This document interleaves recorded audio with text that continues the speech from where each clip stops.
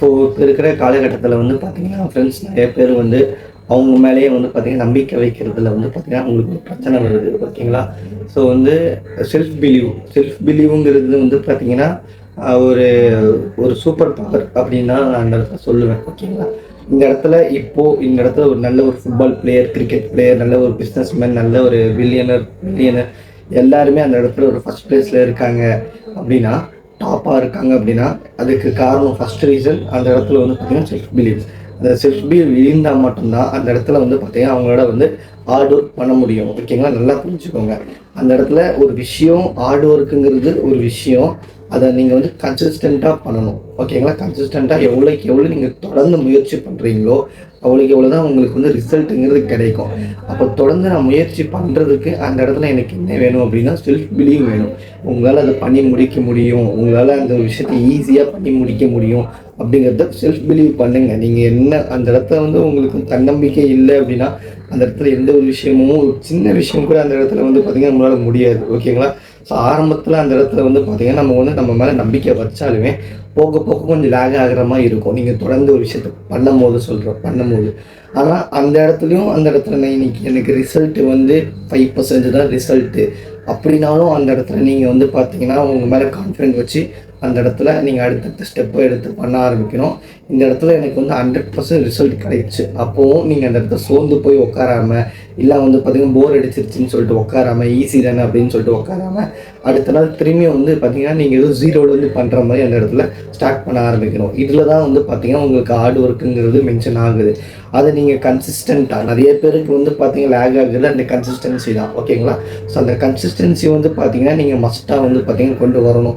இந்த இடத்துல யாருமே அந்த இடத்துல சின்ன வயசில் வந்து ஸ்டார்ட் பண்ணும்போது ஒரு 18 வயசுலேயோ 20 வயசுலேயோ ஒருத்தர் ஸ்டார்ட் பண்ணி ஒரு ஃபுட்பால் விளையாண்டு ஒரு 35-40 வயசில் ரிட்டையர் ஆகும்போது தான் நல்ல ஒரு பிளேயராக ரிட்டையர் ஆக காரணம் என்ன அப்படின்னு கேட்டிங்கன்னா அந்த 18 வயசுலேயே அவருக்கு வந்து பார்த்திங்கன்னா தன்னம்பிக்கைங்கிறது ஒன்று இருந்திருக்கு.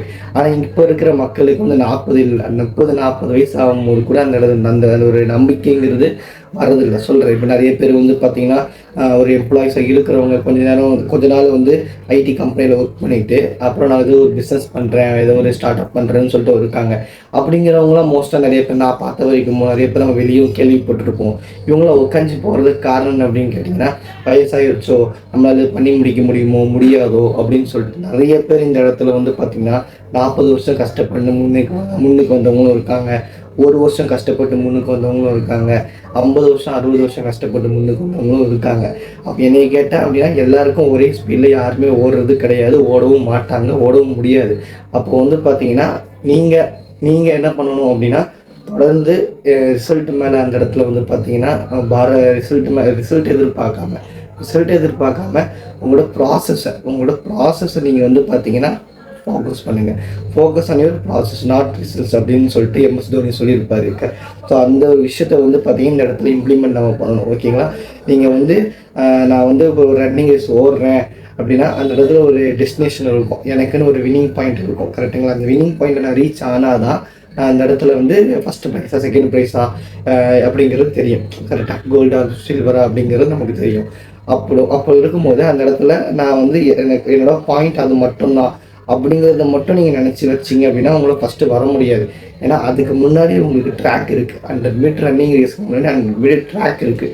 அந்த ட்ராக்கில் நீங்கள் வந்து என்ன பண்ணுறீங்கிறத பொறுத்து தான் அங்கே அந்த ட்ராக்கில் நீங்கள் உட்காந்து தூங்கிட்டே இருந்து ஆனால் நான் அந்த இடத்துல ஜெயிக்கணும்னு நினச்சிங்கன்னா முடியுமான்னு கேட்டால் கிடையாதுல்ல. அப்போ அந்த ட்ராக்கில் என்ன பண்ணுறீங்க அதுதான் அவங்களோட ப்ராசஸ். அந்த ப்ராசஸை நீங்கள் அந்த இடத்துல வந்து பார்த்தீங்கன்னா வலுப்படுத்தணும். அந்த ப்ராசஸை நீங்கள் எந்த அளவுக்கு நீங்கள் வந்து பார்த்தீங்கன்னா அடுத்த லெவலுக்கு கொண்டு போகிறீங்களோ அந்த லெவலுக்கு மட்டும்தான் நீங்கள் வந்து பார்த்தீங்கன்னா ஈஸியாக ரிசல்ட்டுங்கிறது உங்களால் வந்து பார்த்திங்கன்னா கொண்டு வர முடியும். ஸோ இதுதான் கான்செப்ட்.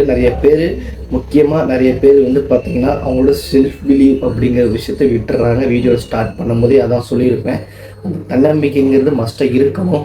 அது நீங்கள் என்ன வேலை பண்ணாலும் சரி, தன்னம்பிக்கை இல்லை அப்படின்னா எதுவுமே உங்களால் வந்து பார்த்திங்கன்னா இந்த இடத்துல பண்ண முடியாது. ஸோ இது நான் பர்சனலாக வந்து பார்த்திங்கன்னா ஃபீல் பண்ணியிருக்கேன். நான் பர்சனலாக என்னெல்லாம் வந்து பார்த்திங்கன்னா அனுபவிச்சிருக்கணும் அதுதான் நான் இந்த இடத்துல வந்து பார்த்திங்கன்னா வீடியோவாக மற்றவங்களுக்கு ஷேர் பண்ணணும் அப்படிங்கிறத நான் சொல்கிறேன். தேங்க்யூ.